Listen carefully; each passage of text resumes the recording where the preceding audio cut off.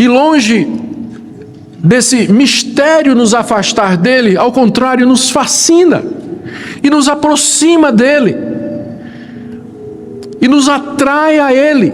O que me atrai a Deus não é porque eu posso compreendê-lo, mas é exatamente a profundidade da riqueza do seu conhecimento, que ele é insondável, que ele é infinito. Por isso eu me sinto atraído a ele. Eu não me curvaria diante de um outro ser que eu posso compreender, mas somente diante do intangível, do impossível, do eterno, é que nossa alma se curva e o nosso ser se dobra e o nosso espírito se submete. Por isso essas declarações de Paulo de admiração diante do ser de Deus, da sua sabedoria, do seu juízo, dos seus planos, como ele concebeu esse plano maravilhoso que é o plano da redenção. Irmãos, vamos abrir a palavra de Deus na carta de Paulo aos Romanos, capítulo 11. E façamos a leitura do verso 33 ao verso 36.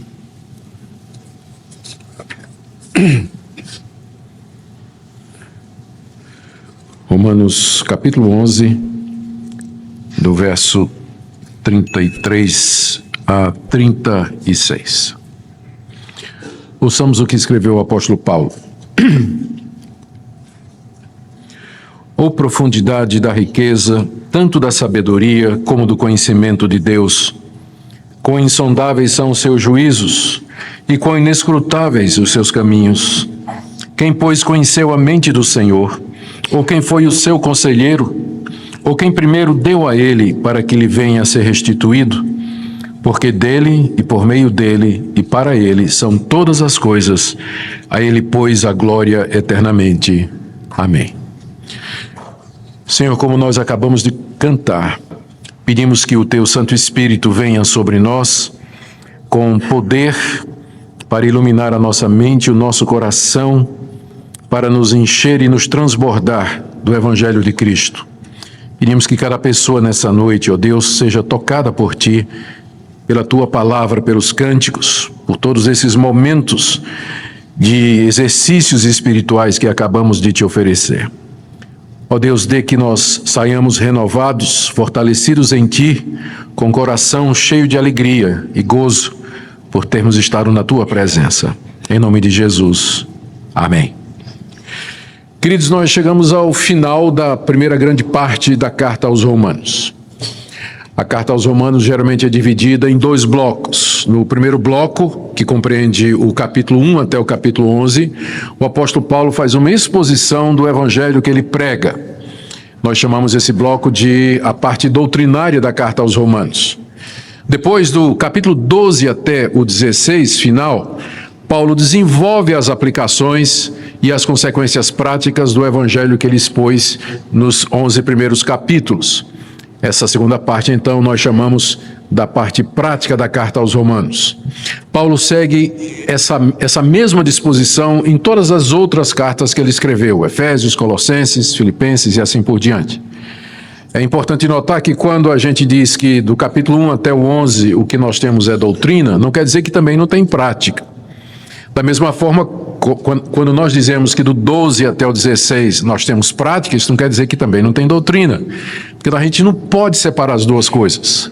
Não existe doutrina que não conduza à prática e toda prática tem que ser organizada e governada pela boa doutrina. Nós não podemos separar o Paulo mestre do Paulo pastor, porque as duas coisas estão presentes ali. Então, mesmo na parte doutrinária, Paulo é prático e na parte prática, sem dúvida, ele é extremamente doutrinário. Mas essa distinção é apenas didática. O foco na primeira parte de Romanos, de fato, é nas grandes doutrinas do Evangelho. A segunda parte, como nós sabemos, a partir do capítulo 12, é quando ele então faz a aplicação dessas doutrinas à vida da igreja. Nós chegamos aqui então ao final da primeira grande parte da carta aos Romanos, depois que Paulo acabou de fazer uma exposição do lugar de Israel na história da salvação, que o ocupou desde o capítulo 9 até o capítulo 11. E então ele compõe uma doxologia para encerrar essa parte. A doxologia é isso que nós acabamos de ler agora. Doxologia é uma expressão de louvor e adoração, e que geralmente é resultado do autor bíblico ter falado da grandeza de Deus ou da grandeza dos planos de Deus. Nós temos muitas doxologias na Bíblia, no Antigo Testamento há várias delas. O próprio apóstolo Paulo nos deu várias outras doxologias nas suas cartas. Mas de todas a mais conhecida é exatamente essa aqui. Ela é conhecida pela sublimidade, pelo enlevo, pela expressão de espanto e admiração que o apóstolo Paulo expressa aqui ao chegar ao final da exposição do Evangelho de Cristo. E assim ele coroa e encerra a sua exposição da sabedoria e do conhecimento de Deus revelados na redenção, e reflete aquele sentimento que ele tem diante da grandeza de Deus e da profundidade dos caminhos de Deus e da sabedoria de Deus. Essa doxologia que nós acabamos de ler, ela tem 3 partes. Na primeira parte, que é o verso 33, Paulo expressa a sua admiração pelo conhecimento de Deus diante do Evangelho que ele acaba de expor. A segunda parte são os versos 34 a 35, onde Paulo enfatiza a supremacia de Deus, a sua soberania na concepção e na aplicação desse plano de redenção. E no verso 36, ele conclui, inevitavelmente, que diante de tudo isso, toda a glória deve ser dada a Deus. Meu alvo nessa noite é que, ao estudarmos essa expressão de adoração e de louvor do apóstolo Paulo, nós sejamos carregados pelo mesmo sentimento. Que nós, diante da grandeza de Deus, nós possamos ter essas expressões íntimas e profundas e sinceras de louvor e gratidão ao nosso Deus diante daquilo que Ele é. Primeira parte, então, o verso 33, onde Paulo mostra a sua admiração diante da sabedoria de Deus revelada na história da redenção. Verso 33, são 3 declarações do apóstolo: ou profundidade da riqueza, tanto da sabedoria como do conhecimento de Deus, quão insondáveis são os seus juízos e quão inescrutáveis os seus caminhos. Vejamos cada uma dessas declarações. Antes é preciso que nós lembremos o que está por detrás dessas declarações de admiração do apóstolo Paulo. Ele havia começado a sua carta, no capítulo 1, expondo a condenação de toda a raça humana, começando pelos gentios e continuando pelos judeus, capítulo 2, e concluindo no capítulo 3, que todos pecaram e carecem da glória de Deus. Depois, em seguida, Paulo expõe a maneira pela qual Deus decidiu na eternidade justificar tanto os judeus como os gentios, que é mediante a propiciação que há no sangue de Cristo, seu Filho oferecido em lugar do pecador, sangue derramado para purificar pecados de pessoas injustas. Não somente isso, esse Deus ressuscita seu Filho de entre os mortos, lhe dá glória, o exalta à sua direita nos céus e o faz mediador, intercessor, socorrendo aqueles que são seus. Em seguida, Paulo explica a relação que há entre Cristo e Adão, ambos como cabeças de uma raça, e em cujo destino, em cuja história estão atreladas as histórias de todos os demais homens e mulheres da raça humana. Isso ele faz no capítulo 5. Depois, no capítulo 6, ele fala como esse Deus maravilhoso, pelo seu Espírito, nos liberta da condenação do pecado e do poder do pecado, e também da condenação e da força da lei. No capítulo 8, ele descreve a vida no Espírito e termina falando do mundo glorioso que Deus preparou para nós no final da história, enquanto nós aqui aguardamos em esperança e com fé pelo Espírito, ainda que gemendo. Depois Paulo entra no capítulo 9, mostrando os planos de Deus para com a descendência de Abraão. O que é que Deus tem reservado para os judeus? Será que ele acabou já de lidar com os judeus? Ele fala então que ainda há uma salvação aguardando os filhos de Abraão mediante o Evangelho. Os judeus eleitos serão chamados pelo Evangelho e juntamente com os gentios eleitos formarão um só povo. É o que ele acabou de explicar no capítulo 11, que nós vimos pela última vez.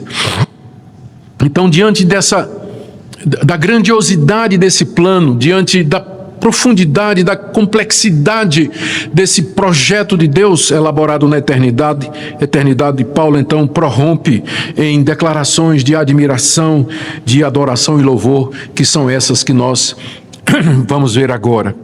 Ele expressa sua admiração em primeiro lugar dizendo: ó profundidade da riqueza, da sabedoria e do conhecimento de Deus. O conhecimento de Deus é o saber de Deus, é o saber dele em ter concebido um plano tão profundo e tão sábio. Consiste no conhecimento que Deus tem da natureza humana, no conhecimento que ele tem do mundo que ele criou, do conhecimento que ele tem das coisas eternas e da própria história. E a sabedoria de Deus consiste em ter usado esse conhecimento para fazer coisas nesse seu plano que aos olhos humanos ou à mente humana parecem impossíveis. Tornar-se plenamente homem, sem deixar de ser Deus, para morrer na cruz pelos homens. A profundidade da sabedoria desse conhecimento. Tornar justos pecadores, sem que isso faça com que ele se torne injusto. Que profundidade da sabedoria de Deus em conseguir fazer isso. Eleger e predestinar quem ele quis para ser salvo, sem com isso cometer injustiça e sem fazer acepção de pessoa. Que profundidade da sabedoria do conhecimento de Deus. Conquistar e vencer o pecado de tal forma que no novo céu e na nova terra não haja mais possibilidade de pecado, sendo o último paraíso superior ao primeiro. Que profundidade da sabedoria e do conhecimento de Deus. Relacionar-se com os homens, interagir com os homens, dentro das escolhas e decisões humanas, sem com isso deixar de, no final, fazer exatamente tudo o que ele havia determinado. Que profundidade da sabedoria do conhecimento de Deus. Fazer com que a desobediência de um povo, que foi o povo judeu, se tornasse numa oportunidade para levar a salvação aos demais povos do mundo. Que profundidade da sabedoria do conhecimento de Deus. A sabedoria do conhecimento de Deus é por demais profunda, e Paulo aqui se queda maravilhado quando ele reflete sobre esse plano de Deus que ele acabou de descrever do capítulo 1 até o capítulo 11. A segunda expressão de admiração dele, ainda no verso 33, é: quão insondáveis os juízos de Deus. Quão insondáveis os juízos de Deus. Juízos de Deus se referem às escolhas e às decisões que Deus fez lá na eternidade, de como ele haveria de levar a cabo esse plano, quando nada ainda existia. A palavra insondável que Paulo usa aqui significa aquilo que não pode ser entendido, mesmo depois de uma cuidadosa análise, aquilo que é impossível de ser apreendido e compreendido pela razão humana. É esse termo que Paulo usa para descrever os juízos de Deus, as suas escolhas, as suas decisões. E no que Paulo estava pensando quando ele disse isso? Que tipo de coisa ele tinha em mente quando ele disse que os juízos de Deus são insondáveis? Por exemplo, como é que Deus pôde dar entrada no mundo, entrada do pecado no mundo, sem contudo se tornar o autor do pecado e do mal? Isso é insondável. Nós não sabemos como Deus consegue não ser o autor do mal e ao mesmo tempo ter decretado a chegada do mal no mundo. Mas é o que a Bíblia afirma, mas nós não é insondável, isso ultrapassa a nossa compreensão. Ultrapassa a nossa compreensão que ele resolveu salvar os homens e não salvar os anjos. As duas raças caíram. Mas ele preferiu salvar os homens e não há salvação para os anjos. Por que ele fez isso? É insondável isso. Ele resolveu salvar pecadores, em vez de simplesmente deixá-los ir para o inferno, sofrer com justiça pelos delitos cometidos contra ele. Porque Deus preferiu salvar, em vez de simplesmente com justiça entregar a raça humana à sua própria perdição. Isso é insondável. Porque ele resolveu fazer uma aliança eterna de salvação com os descendentes de Abraão, um povo pequeno, isolado no Oriente Médio, quando ele podia ter feito uma aliança com Faraó, rei do Egito, com o rei da Babilônia, com nações poderosas como os assírios, mas foi pegar um povinho pastoril, tribos nômades, com as quais ele fez uma aliança. Quem pode entender isso? Que ele decidiu que no processo de salvação ele sacrificaria o seu próprio filho de uma morte lenta e cruel numa cruz, e que depois seria sepultado. Quão insondável o juízo de Deus, que decretou tudo o que deveria acontecer, sem com isso tirar a responsabilidade das suas criaturas morais, anjos e homens. Quem pode sondar os juízos de Deus? Quem pode compreender essas coisas? Quão insondáveis são os seus juízos, diz o apóstolo Paulo. Nós não podemos compreendê-los, fogem à nossa capacidade de entender. Terceira frase dele ainda, nessa expressão de admiração: quão inescrutáveis os caminhos de Deus. Os caminhos de Deus são os seus métodos. É o processo pelo qual ele realiza na história o plano que ele concebeu na eternidade. Quando Paulo diz que os caminhos de Deus são inescrutáveis, ele está dizendo que os caminhos de Deus escapam à detecção humana. O homem é incapaz de perceber a ação de Deus na história. Como Isaías já havia dito, o profeta Isaías, no capítulo 55 da sua profecia, disse aquela frase tão bem conhecida, Deus falando através de Isaías, dizendo: os meus pensamentos não são os vossos pensamentos, nem os vossos caminhos são os meus caminhos, diz o Senhor. Porque assim como os céus são mais altos do que a terra, assim são os meus caminhos mais altos do que os vossos caminhos, e os meus pensamentos são mais altos do que os vossos pensamentos. Quão inescrutáveis os caminhos de Deus, já dizia o profeta Isaías. A humanidade não pode compreender, a humanidade não compreendeu, não detectou, quando Deus fez um pacto com Abraão, como aquilo impactaria a história da redenção, a história da humanidade. Não detectaram o significado da lei que foi dada no Monte Sinai, muito menos os sacrifícios de animais que foram determinados. Não entenderam quando Deus mandou os profetas, tanto é que os apedrejaram. Também não entenderam e não perceberam a chegada de João Batista, o que é que aquilo significava. Não receberam ao próprio Deus em carne, Jesus Cristo. Não compreenderam o porquê da necessidade dele morrer humilhado numa cruz, muito menos o túmulo vazio e a vinda do Espírito Santo. O mundo não percebeu o surgimento da igreja e a sua instituição. Os caminhos dele estão fora do nosso alcance. Esse é o Deus com quem nos relacionamos, esse é o Deus a quem servimos, e longe desse mistério nos afastar dele, ao contrário, nos fascina e nos aproxima dele e nos atrai a ele. O que me atrai a Deus não é porque eu posso compreendê-lo, mas é exatamente a profundidade da riqueza do seu conhecimento, que ele é insondável, que ele é infinito. Por isso eu me sinto atraído a ele. Eu não me curvaria diante de um outro ser que eu posso compreender, mas somente diante do intangível, do impossível, do eterno, é que nossa alma se curva e o nosso ser se dobra e o nosso espírito se submete.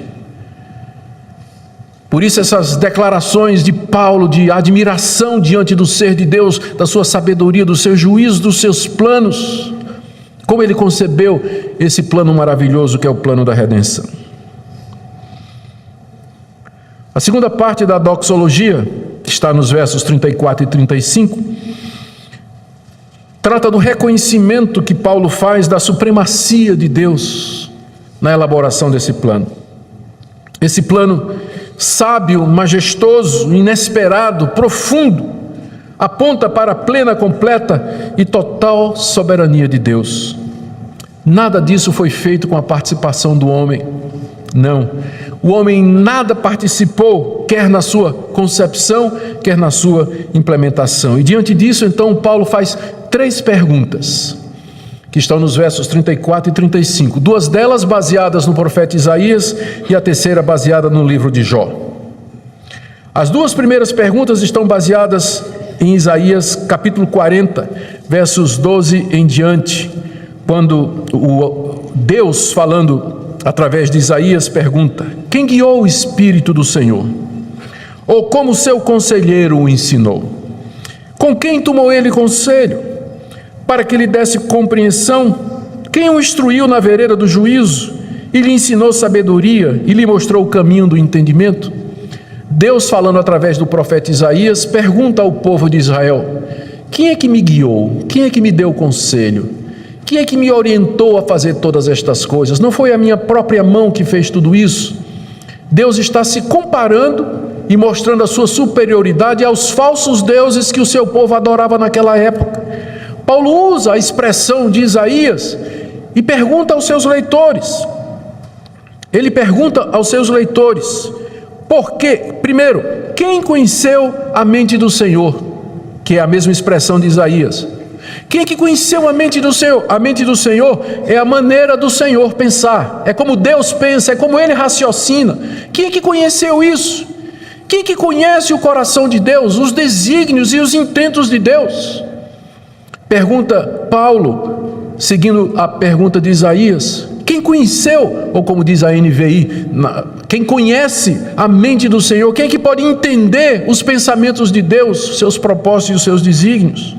A resposta é: ninguém, nenhuma criatura pode compreender os pensamentos de Deus, porque Ele é insondável, Ele é incompreensível, é totalmente outro. Nós, além de finitos como criaturas, ainda somos pecadores, o que limita ainda mais a nossa capacidade de compreender. Segunda pergunta de Paulo, ainda baseada em Isaías: quem foi o seu conselheiro? Quem é que foi o conselheiro de Deus quando Deus Pai, Filho e Espírito Santo se debruçaram sobre a mesa de trabalho lá na eternidade e traçaram juntos o plano da redenção? Que homem esteve lá para dizer a Deus: isso aqui, ou o senhor devia fazer dessa forma, não, assim não dá muito bem, né? Assim vai ser rejeitado, o senhor devia... Quem foi o conselheiro de Deus? Quem é que deu a ele alguma dica, alguma ideia do que ele deveria fazer aqui no mundo? A resposta é a mesma da pergunta anterior: ninguém. Ninguém foi conselheiro de Deus, nem anjos e nem homens estavam na eternidade com ele, quando ele concebeu todas estas coisas. Em outras palavras, o cristão não deveria julgar, condenar e rejeitar a Deus, porque não participou dos planos de Deus. Ele não entende a Deus, ele não sabe. A terceira pergunta é baseada em Jó, capítulo 41, verso 11, quando Deus então confronta Jó e pergunta a Jó o seguinte: quem primeiro me deu a mim para que eu haja de retribuir-lhe? Quem primeiro deu a mim para que eu haja de retribuir-lhe? Pois o que está debaixo de todos os céus é meu.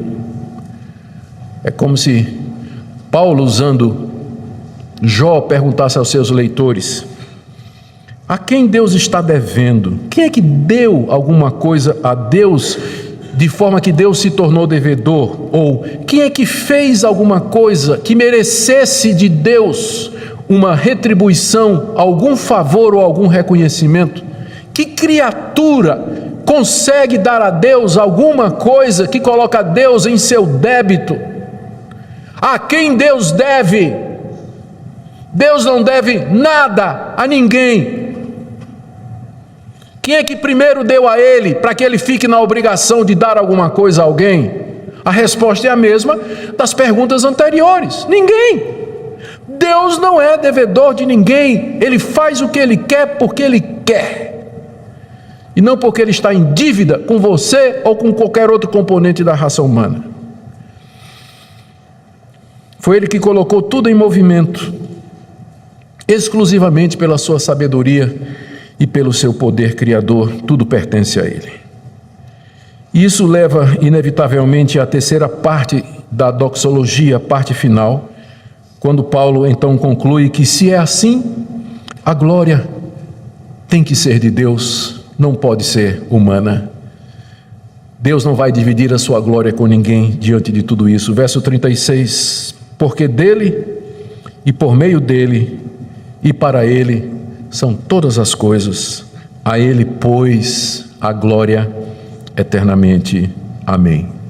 A conclusão inevitável do apóstolo Paulo é que toda a glória deve ser dada a Deus. Dar glória a alguém significa reconhecer o valor, o mérito, elogiar aquela pessoa e dar-lhe todo o crédito por aquilo. É isso que significa dar glória a Deus, é reconhecer: Deus, tudo é teu, não há ninguém semelhante ao Senhor. A ti pertence tudo o que existe. A ti somente seja o louvor e a gratidão, a nenhum de nós, não a nós, Senhor, mas ao teu nome da glória, já cantava o salmista. É isso que significa glória a Deus. A conclusão de Paulo é que a história termina exatamente com isso, com toda a glória sendo eternamente dada a Ele. O porquê do verso 36, o início do verso 36, introduz a razão pela qual toda a glória tem que ser de Deus eternamente. O porquê. Por quê? Por que Deus deve receber a glória? Primeiro, porque dele são todas as coisas. Ou seja, tudo que existe pertence a Ele. O mundo, o mar, os céus, o cosmos, as estrelas, a diversidade e a variedade da vida, as almas humanas, os anjos, os homens, todos, tudo pertence a Ele. Dele são todas as coisas. Segundo, por meio dele são todas as coisas, ou seja, tudo que existe por meio dele. Ele não somente criou, como ele também sustenta pela sua providência, pelo seu cuidado e pelo seu poder. Ele que mantém o mundo em existência. E não somente dele e nem somente por meio dele são todas as coisas, mas, diz Paulo, para ele são todas as coisas, ou seja, tudo existe para ele. Ele é o fim de todas as coisas, ele é a razão de toda a existência, ele é a resposta a todas as perguntas que as pessoas fazem. Por que Deus deixou que o pecado entrasse no mundo? Por que ele deixou Adão e Eva pecarem? Por que ele deixou isso e aquilo? E a Bíblia só tem uma resposta: porque dele, por meio dele e para ele são todas as coisas, inclusive essas coisas sobre as quais você indaga. Tudo existe para a glória dele. Essa é a razão pela qual existe alguma coisa em vez de nada. É porque esse Deus todo-poderoso e sábio um dia resolveu fazer o mundo e elaborar esse plano, onde no final ele receberá toda a glória. A conclusão de Paulo, a consequência disso, é que nós devemos então glorificar a Deus. Final do verso 36. A ele, pois, o pois aí introduz a consequência do que foi dito antes: se por meio dele, por ele, para ele são todas as coisas, então glória, pois, a ele eternamente. Ou seja, glorifiquemos a esse Deus, reconheçamos quem Ele é, a sua grandeza, a sua majestade, a sua sabedoria, que todo crédito seja dele, que nós nos curvemos diante dele em humildade, em adoração, não somente aqui, enquanto estamos nesse mundo, mas eternamente, no século vindouro, no mundo que se aproxima, na eternidade que se achega. Eternidade afora. É isso que nós vamos fazer. As pessoas perguntam: o que a gente vai fazer no céu? Tricô? Não. Nós vamos fazer isso que Paulo está dizendo aqui. Nós vamos diante do Deus insondável. Alguém pergunta: será que nós vamos na eternidade saber todas as coisas? Você acabou de ouvir o que disse uma das pessoas que conhece mais a respeito de Deus, porque Ele é insondável, que Ele é inescrutável. A eternidade toda não vai ser suficiente para a gente conhecê-lo. E esgotar o conhecimento dEle. E é nisso que está a eternidade da eternidade. É nisso que está a razão de ser da eternidade. Essa comunhão infindável com esse Deus inesgotável. É isso que faz o céu ser o que é. O que nós podemos aprender aqui, queridos? Eu quero destacar 3 ou 4 pontos aqui. O primeiro deles é: sim, Desde a eternidade, esse Deus, Pai, Filho e Espírito Santo, resolveu criar um mundo e elaborar esse plano, onde Ele tivesse um povo para si, que lhe desse glória para todo sempre, um mundo onde o pecado fosse conquistado de vez e resolvida a questão do arbítrio moral de suas criaturas. Ele fez isso na eternidade. Segundo, se Ele não nos tivesse revelado isso, nenhum de nós conceberia um plano como esse.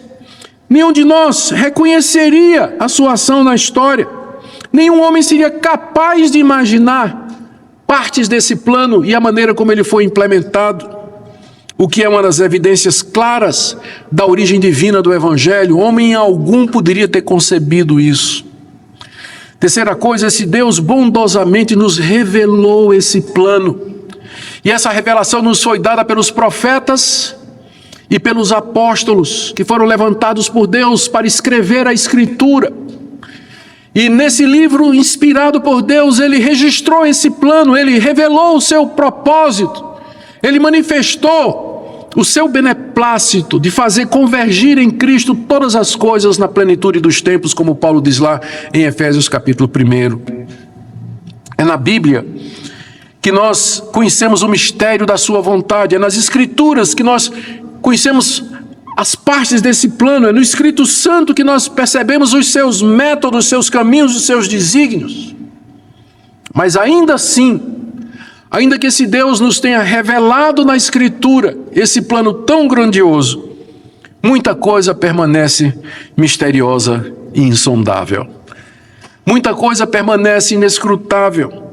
Lembremos que como eu disse, que quem escreveu estas palavras foi exatamente um dos homens que mais conheceu a respeito de Deus da nossa raça, que foi o apóstolo Paulo, que subiu até o terceiro céu, ouviu palavras inefáveis, que viu Cristo ressurreto, não só uma vez, mas muitas, que recebeu revelações diretas de Deus. É esse homem que, depois de expor o plano da redenção, como Deus lhe mostrou, ele se curva admirado e prorrompe em louvor e adoração, dizendo: "Oh, profundidade da riqueza, da sabedoria e do conhecimento de Deus!" E aqui, então, eu termino dizendo: é exatamente a meditação nesse Evangelho que deve levar o crente a sentir alguma coisa. É meditar nesse plano, na grandeza de Deus, na sua sabedoria, nos seus mistérios, que faz com que as paixões mais profundas despertem do nosso coração. É aqui que você pode gritar aleluia. Não tem nada na igreja presbiteriana contra crente gritar aleluia. A gente só quer que você grite na hora certa. Como é que o crente se emociona? Quais são qual é a verdadeira origem das genuínas emoções religiosas? Não é a indução psicológica feitas por animadores de culto, induzindo o povo a um êxtase emocional através da música ou de qualquer outras coisas. Não, é fácil fazer isso em qualquer lugar. Mas as verdadeiras emoções religiosas são aquelas despertadas pela contemplação desse mistério, da profundidade do conhecimento de Deus, da sua grandeza e da sua majestade. Se isso não colocar você de joelhos, se isso não humilhar você, não encher os seus olhos de lágrimas e fazer com que a alegria embandeire o seu coração, alguma coisa está errada. Você talvez nunca compreendeu o Evangelho. Se ele não produz isso em você, essa admiração que Paulo está sentindo aqui. Porque é isso que tem que mover o nosso coração. É isso que nos anima no meio do sofrimento. É isso que faz com que nós consigamos passar pela tribulação, pela dor, pela doença, pela oposição. Porque é isso que alegra e enche de gozo o nosso coração. Porque nós podemos dizer que conhecemos esse Deus. É esse Evangelho que nos motiva a mudar de vida. É impossível alguém compreender o Evangelho, como Paulo explicou aqui, e não ter a sua vida mudada, e continuar como era, se sentir indiferente para com essas coisas, como se fosse apenas uma coisa de final de semana. Nós estamos falando de coisa aqui que mexe com o mais íntimo do ser humano, É impossível ficar indiferente diante desse evangelho. Ou você vai odiá-lo profundamente, ou você vai amá-lo com todas as veras da sua alma e vai dedicar-se inteiramente a viver para Cristo Jesus, que é o centro desse plano. E é isso que deveria levar o cristão a calar a boca. Porque tem muito cristão que fala do que não sabe. Critica Deus. Esse negócio de predestinação, esse negócio de eleição. Deus é injusto. O que é que você sabe? Você foi conselheiro de Deus? Você conhece a mente do Senhor? Por que você fala de coisa que você não sabe? O que você devia dizer, no máximo, era curvado diante de Deus e Deus, eu não entendo. Há coisas que eu não entendo, coisas que eu não percebo. Em vez de levantar-se com arrogância e prepotência para julgar os caminhos de Deus e o plano da salvação de Deus, você deveria estar de joelho diante dele, dizendo: Deus, tenha misericórdia de mim, porque os teus caminhos são insondáveis, a tua providência, ela é inescrutável, eu não conheço os teus caminhos, os teus planos são mais altos do que os meus, quem sou eu para criticar, ou para questionar a tua justiça e a tua verdade? Me ensina, dá-me um coração humilde para que eu possa entender. Como eu disse para vocês, o que me atrai em Deus não é porque eu compreendo os caminhos de Deus, não é porque eu posso dimensioná-lo, não é porque eu posso colocá-lo dentro das minhas caixinhas da teologia sistemática. Não, mas é exatamente pelo contrário. O ser dele me fascina, a sua profundidade, a sua imensidão, a sua majestade. Eu adoro e louvo e o sirvo, mesmo não o compreendendo plenamente. Embora ele tenha me dado a graça de compreender o que é revelado nas Escrituras, e a você também. E a você também. Eu pergunto, qual a sua reação nessa noite diante do grandioso plano de Deus? Como é que você se sente com relação ao Evangelho? Qual o impacto que o Evangelho produz na sua vida? Você conhece alguma coisa disso que Paulo está dizendo aqui? Essa admiração, esse espanto, quase que esse êxtase diante da maravilha que é o plano de Deus. Que Deus lhe dê nessa noite um coração aberto. Que Deus nessa noite possa inundar o seu coração com a glória dele. Que você possa perceber a majestade desse plano maravilhoso, a graça de Deus na salvação que ele nos oferece em Jesus Cristo. Amém? Baixe nossos conteúdos gratuitamente. Acesse o canal pelo link na descrição.